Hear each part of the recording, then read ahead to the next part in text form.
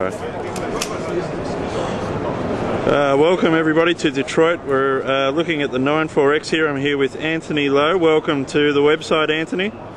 I know you've been dying to make an appearance on my website.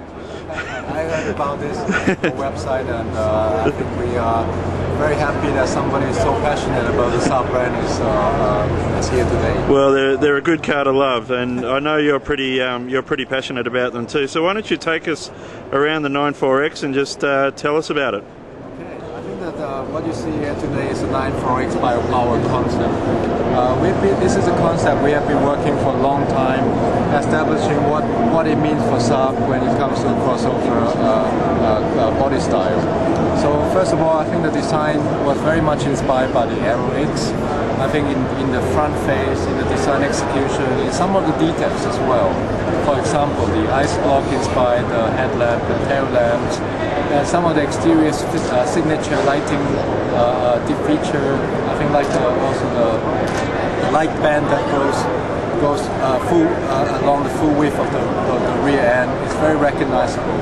Yeah. And I think from the front end, the three-hole grille, again in this case, since this is a crossover vehicle, it needs to be a little bit executed differently.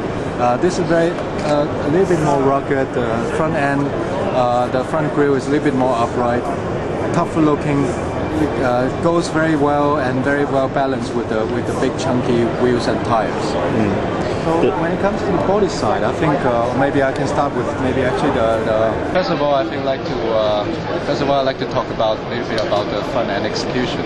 Yep. I think with the Aero X, we got a very strong front face development over what we know of the three-hole grille. But I think here the execution is a little bit different. The nose is a little bit prouder, and the grille is a little bit more upright. But how to achieve this? That is a little bit difficult when you have always a lot of production limitations and how far you can go into the bumper and so on. But then I think here we did something a little bit untypical of I think some of the Saab products you have seen so far, is to take the grille up above the horizontal line that kind of connects to the headlamp, which is something we have never done before. But I think in this case it works very well, because I think to make the main grille a little bit bolder, I think if you don't want to, I don't think it works for the Saab brand to go so far, so deep into the front bumper. But in this case, we took it up. The whole size and in terms of dimension is grown a little bit. And then when it's on the headlamp, again, this is a kind of a development of the Aero X ice block inspired headlamp. What you see here, which is actually a direction that we developed in the 9.3, there's a light pipe above the headlights on the 9.3. But we don't believe that we have to repeat it in every car. But we have actually a light pipe. Unfortunately, it's not working today. There's a light pipe that is going on in the bottom of the headlamp. It's over here. This one we have a little bit of technical problem, but generally I think this combination of a main headlamp unit, main housing, in combination with a light pipe, I think this is something we would like to continue definitely also into the future. But you will see different executions and how we could do for different cars. What about the windscreen area? Black pillars and wraparound type effect? Yes, as you know, we talked about wraparound windshield for some time, and we would like to bring this back. But there are many challenges. I think to make wraparound work, you have to almost do a completely different A-pillar construction as in a normal car. So we have managed to do this finally, and I'm very happy to see that this is a very much a dedicated solution.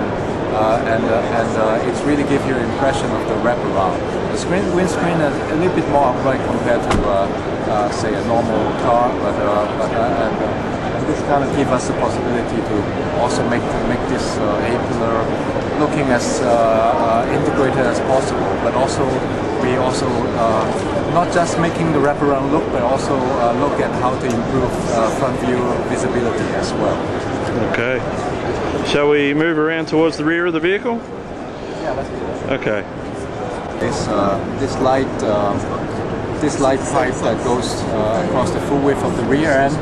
It's a very distinctive feature, and definitely this is a nighttime signature which you can easily recognize in the distance. And it will continue. That started again in the AeroX concept, which we love very much, and you will see this also more and more, and hopefully end up in production car in the very near future. I think some of the details with this back end, I think we look at doing a very functional, very interesting solution for a ski carrier. Perhaps I need to get a key to demonstrate. Okay.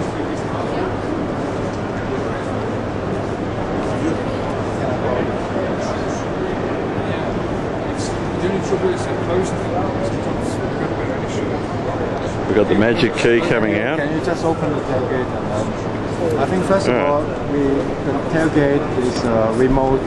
You can just touch of a button. It lifts up automatically. It's going to show that now. Right now this is not working.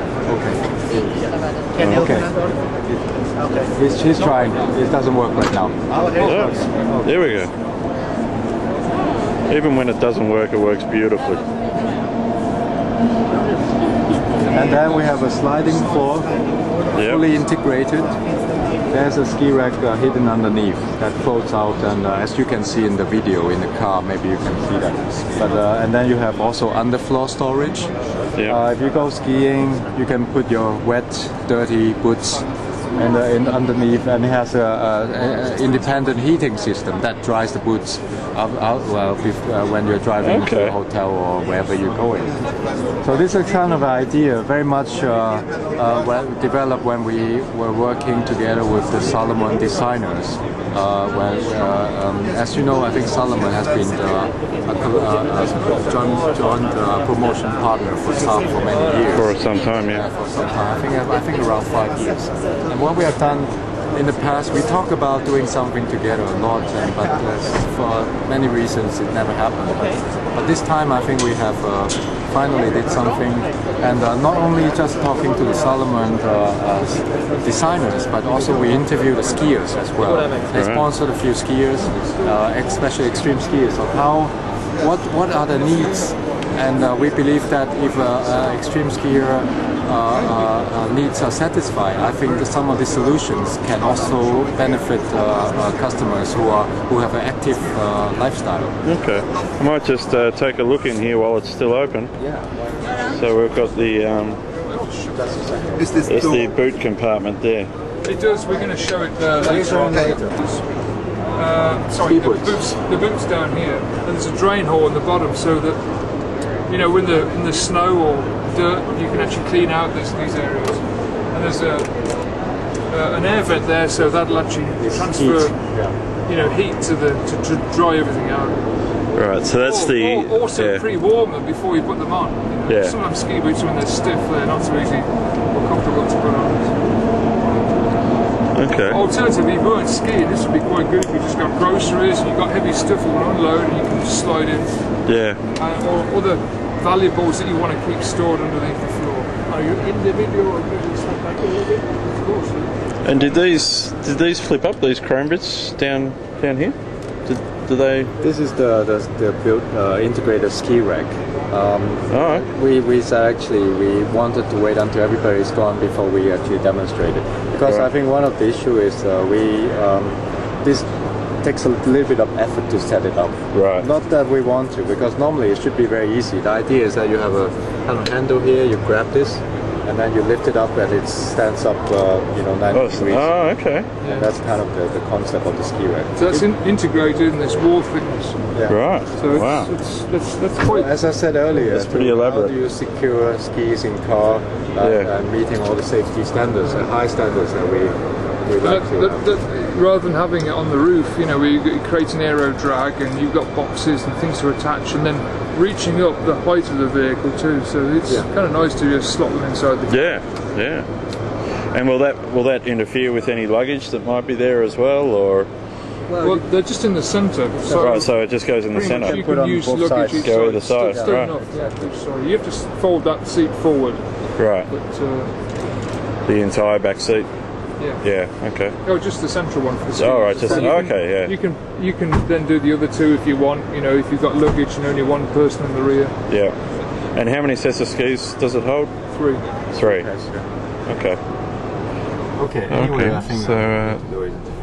Yeah. Okay, so we're inside the 94X now, Anthony, and can you just run us through the interior design? Because I think it looks fantastic, by the way. This is the bit about the car that I'm most excited about, is the interior. That's great. I think as you know, I think Saab has a long history in developing or driver-oriented type of interior, and you see it in every car we have today in production lineup. The difficult part is how do you take that into the next level? You know, I think with a driver-oriented concept, you always end up with a very say upright and vertical wall in front of you, so to say. This is the best position for in terms of reach, ergonomically the best way. But I think in terms of volume, I think it gets a little bit heavy.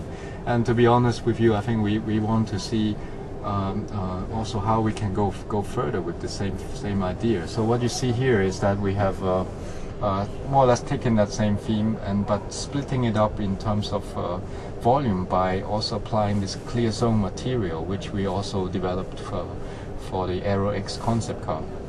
And this clear zone material has a unique backlighting solution that you basically this whole panel would glow. It's hard to see right now because of the strong light, but this is not glowing in a way that it will really disturb you. That's why it's not so strong, not so visible right now. And regarding the whole volume here, it's like you have the air vents on the top, but these air vents are also because of the different color, different material, it looks much lighter. It's more horizontal, splitting up, and the whole IP as on the passenger side, we push it down as low as we can. So the overall volume is lighter, also using very interesting material, and it becomes a lot more contemporary. Is that acrylic likely to make it through to production? Like what stage of development is that acrylic at the moment? I think what you see here is obviously a concept car. It's a one-off concept. We can do anything we want, but it's not actually like that. We've been working on this for quite some time now. I think when we showed the Aero X, this was very much a feature that everybody loved, and also on the headlamp and tail lamp, that very much connected to the same principles. But how to make this is another challenge, because we have it's a big piece of material. How do you make it into a very appealing texture behind it, and how do you make the lighting and meeting all the costs we have? So we were still working on it, but I think but this is a feature very much we would like to take it into the production. Yeah. It looks absolutely beautiful, and it feels nice too.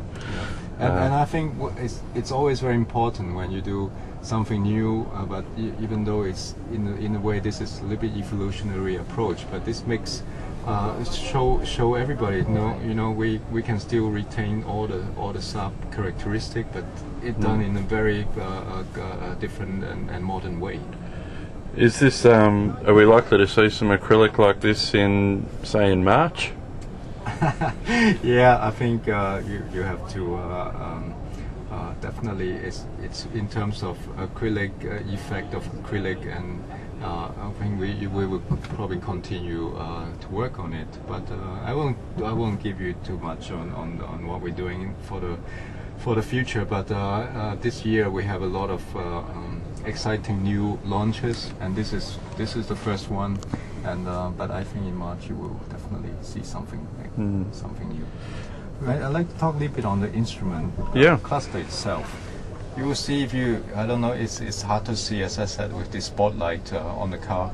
Around the main instrument, there's and also on the side actually, there's a glow of a little bit of a halo effect around the dials, Yep. which is actually is a backlighting, and it's around the ring. It's a green glow to it, Yep. and it's give you in the night a very nice feeling and very distinctive. And this is a feature we believe it's will give a lot of value and to the customers. And then on the dial itself in the center we have a display which it's kind of you can use operate select the display function on the steering wheel, and you scroll through that, and this idea is I can't actually show it right now because the car needs to be moving or actually engine needs to be started. Yeah. And so this information coming in a way a little bit very much inspired by altimeter, so it's moving kind of three-dimensionally into space, and then it comes to the next information and so on. Sort of scrolling through. It's like you're scrolling through the menu. It's go back and forth, and that's kind of how again inspired a little bit by what we have tried to do on some of our show cars in the past. You've been working with Saab specifically for quite a while now, haven't you? You love the brand? Yeah, very much. I think this was the reason why I actually accepted the job offer to Saab. It was about 7 years ago, I think, when just over 7 years I've been connected to the Saab brand, but now I'm working my base is now in Germany, in the Rüsselsheim area, but I'm working also with the Opel brand. But I think that the importance is it's not a question whether you focus on one brand or not in one studio. I think it's just very important is that you have people in your team, and including myself, have a good understanding of the brand, the value of the brand, and what makes Saab distinctive, and what is how to make execution in a way very true to the Scandinavian heritage. You need to have this knowledge, and I think you can be anywhere in the world and still design a very relevant Saab product. Yeah. Okay. Anthony, thank you very much for your time. I know you've probably got other people to talk to. Really appreciate you talking to us. You're welcome. All right, thanks.